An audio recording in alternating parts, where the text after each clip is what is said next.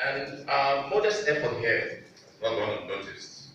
Um, just last month, the management of that communication, AIT, presented a letter of award commending the governor and his team um, for being very transparent and accountable.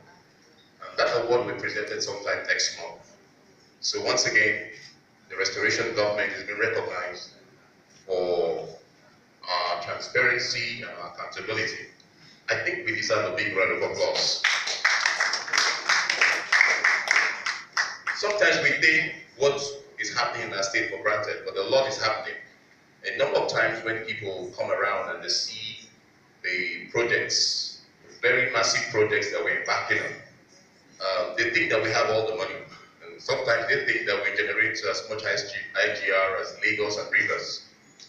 But unknown to them, it is the prudence and the management of scarce resources by this administration that has created opportunities for us to harness these scarce resources and deploy them in such a way that we're beginning to see the massive transformation taking place in our state. Only a week ago, the state celebrated its 6th anniversary, and the dignitaries we invited had very, very kind and commendable words for our government.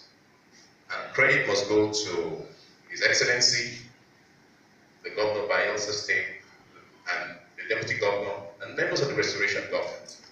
Because in Bayelsa today, we are known for our prudence, we are known for our accountability, we are known for transparency.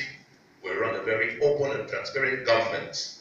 There is no part of this government that is not open to the public.